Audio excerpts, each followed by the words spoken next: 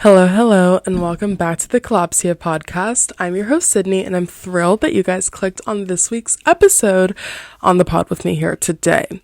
So, I wanted to preface, this is yet another switch up from last week's episode, which, if you missed it, was all about politics and my approach to politics and how I've turned a corner, right, in this said approach to politics, because, literally, if you want to hear about it, listen to last week's episode. It was quite serious. But this week, we're switching gears, and I really want to talk about my current obsession of the week, which is,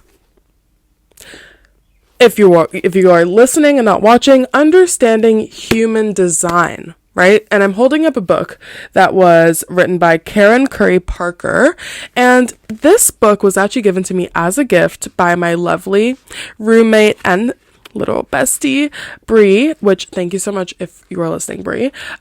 You have created a monster. I'm sure I discovered this topic on my own. I think I definitely went on a deep dive about a year ago, and then she gifted me this book, but at that point I had already passed my obsession, but it is back, and it is back with a vengeance. And essentially, your human design chart is something that we all have, and it is a blend of astrology and science. And why am I obsessed with it? What a great question. Why are any of us obsessed with understanding who we are and what is our predisposition behaviorally, right? On this earth, right? Why are we obsessed with it? This is something that I haven't completely, cracked. Why are we obsessed with astrology? Not everybody. It's either you are completely obsessed or you don't believe in it at all. I feel like there's not that much of an in-between. You might just know your sun sign because I feel like somebody's gonna ask you in your life, but either you know nothing about it or you know way too much. And I feel like I am on the way too much side, unfortunately. Not unfortunately. Power to the people, power to the knowledge.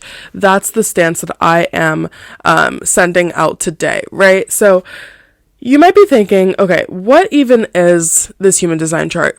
Basically, it's going to be a blend of your star sign, your astrological signs, where your sun is, where your moon is, where your Jupiter is, where your Venus is, all these things on the day of your birth, right? So what you would typically already know, but also what was derived from 60 days before your birth. And so then they divide it up into your unconscious traits and your conscious traits. Sorry, I have a lot of trouble saying that word, conscience and cautious and conscious.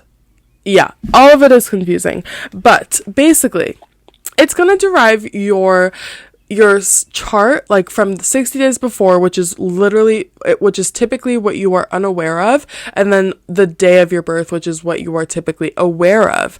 Now, basically, it's going to look something like this. If you are watching, it might be a little bit easier, but it's going to look something like this. And so you have 9 different centers, and for each person, it's either going to be an open center or a defined center. And open centers typically are okay, if it's your G center, which is your identity center, if you have an open identity center, usually your identity is kind of malleable. You're going to be able to kind of take on other people's identities that are around you, and they inspire you so much to the point where your identity kind of becomes enmeshed in theirs, versus a closed identity center, which is Maddie knew who she was from a very young age. You know who you are. It's probably not going to change. It's probably not gonna, you're going to struggle to change this identity that you have kind of taken upon as your identity. And so it's so interesting to see what centers are active, and which ones are open, right? And how much of an impact that's going to have on your behavior. Now, I don't know if this is necessarily going to interest you guys, but I thought that we could dive into my chart because I feel like it kind of was a shocking discovery to me. And it kind of really made me rethink my entire philosophy to life, which is scary to think about, how I now have to just like completely change my way of living. I mean, I don't have to change my way of living, but this kind of insight that I got from my chart kind of made me look at my current approach differently, right? And so what you're going to discover really swiftly, right, which is the big thing that you're going to discover, is like what type of person you are. And so there are 5 personality types that are derived from this human design chart. And so they go as follows. You're going to have the manifester, whose strengths are energetic, driven, powerful, influential, successful, impulsive, mysterious, and whose weaknesses might be angry, irritable, self-absorbed, not a team player, impatient, secretive. This type of person is usually going to be a really great manifester, as the title says. And, you know, it goes very much more deeply than that, but I don't want to go into every single personality type and debunk it, or not debunk it, but, you know, describe it, which everybody can do on their own time. But that is one of the personality types. That is going to also take up 8% of the population. So this is a rare type of person. Next, we have generators, one of the 2 most likely personality types that you can have.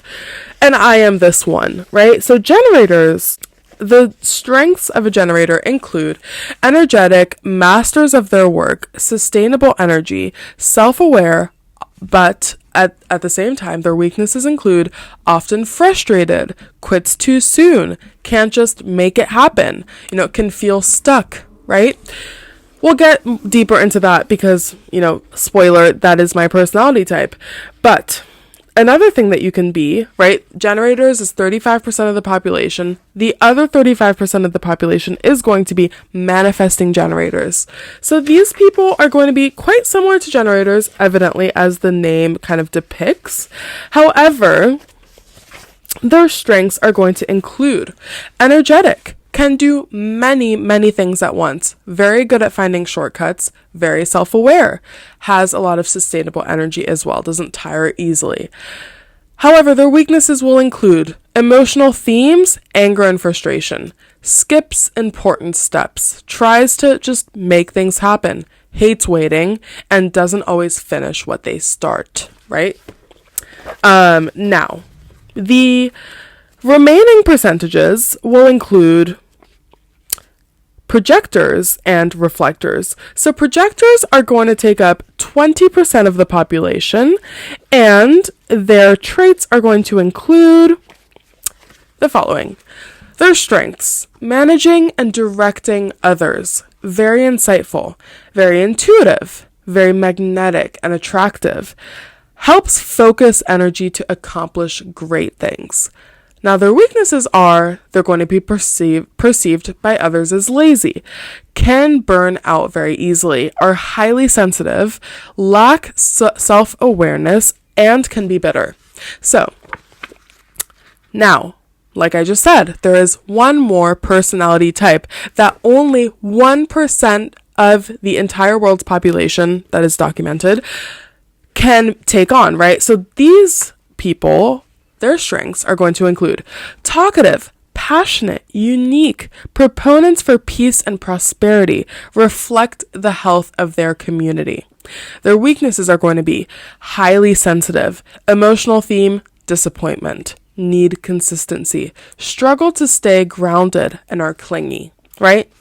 Now, I am just mentioning these 5 personality types just so that you can have a good idea of what the umbrella looks like, right? We've got all of these different types of people, and we're kind of going to feed into each other. You know, we can't have reflectors if we don't have manifestors. We can't have manifesting generators without also having generators.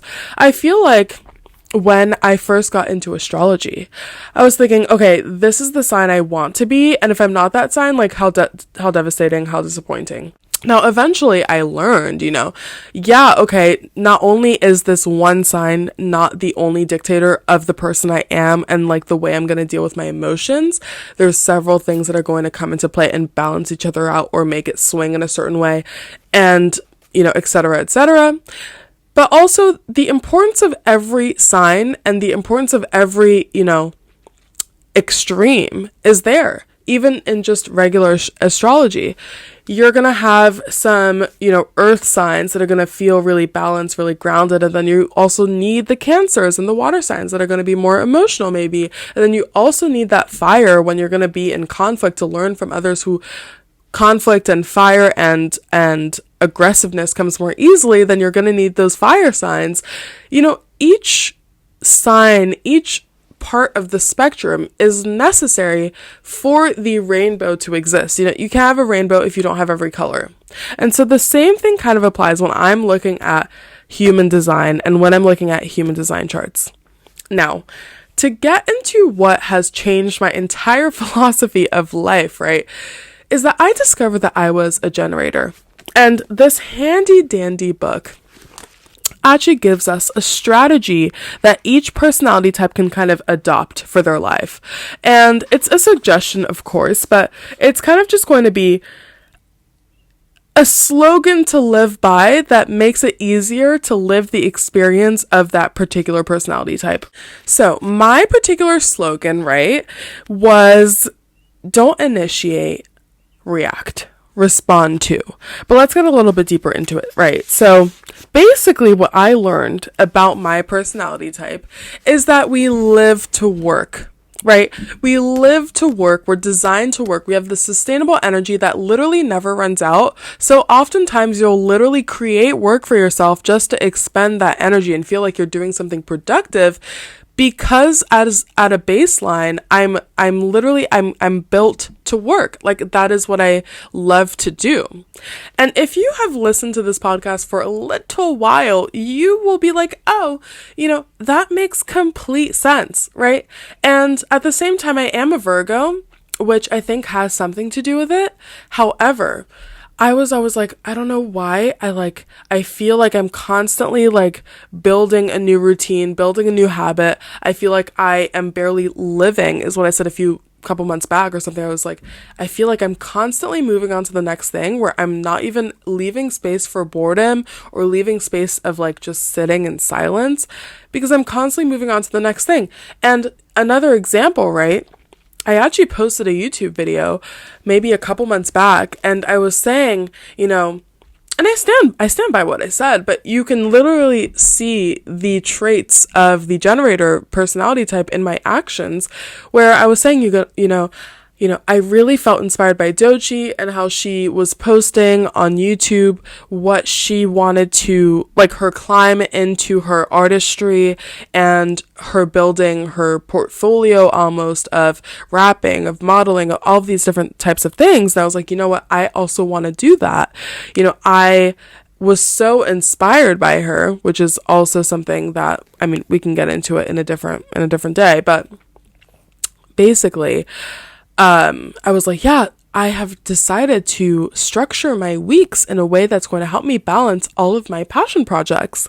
And so I was explaining, like, I'm going to take 1 week to, hyper record podcast episodes so that I have some in the bank for the following weeks, right? So I'm going to record maybe 3 episodes a week in that 1 week, on top of my, job, as well as my fitness routine. So I'm going to do that, right, for 1 week. The next week, I'm going to focus on my product design because at one point I was doing some digital art that I was also putting on mugs and putting on bags, canvas bags, trying to market that through Pinterest. And, that didn't really go anywhere. So I was like, I'm going to focus on that for 1 whole week. So every day before work, that's what I was going to do. And then the 3rd week in this cycle was that I was going to work on my writing because I've been like writing a book loosely over the past, I want to say 2.5 years. And so it was going to be 1 week of pumping out podcast episodes, another week of product design and marketing, digital marketing as a non-marketing person. I took 1 class in college, and then I was also going to do an entire week of writing. And this is not to discount my efforts or to discount my drive and ambition. I feel like I definitely will return to those projects, right? But I feel like what they said about generators is that one of the key theme emotions is frustration. I'm going to feel a lot of frustration, and usually frustration can be a marker or a sign for me to be like, okay, if I'm feeling frustrated, this might not be what I'm supposed to be doing. Like, that's a little antler that's saying, ding, don't do this because you're frustrated. So that's your perfect sign to switch to something else. But it's so obvious, this whole thing of like lives to work, when I literally have footage of myself describing my working habits that are honestly demasiado, way too much. I was piling on way too much onto my plate, which is why I even decided to do the schedule. Before, I was doing it by day, where I was doing, okay, 1 day podcast episode, 1 day product design, 1 day writing, 1 day podcast episode, 1 day, it was insanity. And it's so obvious to me of okay, yeah, I'm so obsessed with working. It's so obvious to me now. But what they were saying is that despite your instinct being, okay, I need to work, I need to find work, I need to create work so that I can work and so that I can scratch this itch, you literally need to sit with that discomfort and wait for something to come to you. Our actual strategy and what we're meant to do is wait for the right work to show up, because a lot of the time you're going to end up spending all of your time working on all of these created projects that are honestly almost created out of misguided inaction. It's from that itch to act and from that itch to work that you're creating this work. But when you are frustrated with this work that you're not really supposed to be doing, that you almost feel pressure to complete time and time again, then you find yourself in a situation where you're exhausted and you're not doing the actual work you were meant to do in the first place. And I'm telling you guys, my mind was blown. I was like, what do you mean? This whole time I've been pushing myself to act and to initiate different passion projects, when really what they're telling me to do is be lazy and sit back and just wait for it to come to me. And this doesn't apply to everyone, right? I really invite you guys to look up your human design chart and see what you are, because there are different strategies for each and every one of us. But on that note, let me just read out the strategies so that when you come up with it, you can come back to the episode and just hear the slogan from this particular book by my Miss Karen Curry Parker. Okay, the manifestor's strategy is to inform others of her actions. A powerful manifestor can soften the impact of her energy and harness it to serve herself and others by taking note of all the people who will be impacted by her actions and then tell them what to expect. The generator strategies are going to be wait to respond and know thyself. Because the generator's primary motor is the sacral center, which does not have any initiating energy, the generator's strategy is to wait to respond. The generator will feel pressure to initiate and follow through, but in reality, their strength is on the follow through only, not the initiation. Initiating is for manifestors. Know thyself. The key to keeping a generator's energy sustainable and breaking out of the conditioning field is to respond. Right? Generators are the only type who find clarity simply by responding to yes or no questions. That I also found interesting, and then promptly asked my friend Bree to ask me yes or no questions so that I could figure out what to do with my life. The manifesting generator strategy is going to be to visualize and inform. Manifesting generators should try on ideas in their imagination first and visualize the outcome. Then they must wait before taking action.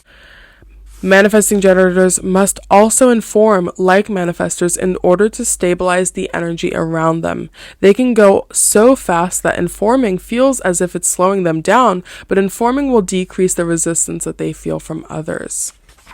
Also very interesting. Projector's strategy is to actually wait to be invited. Projectors can have the hardest time in life when they don't understand their type and their strategy.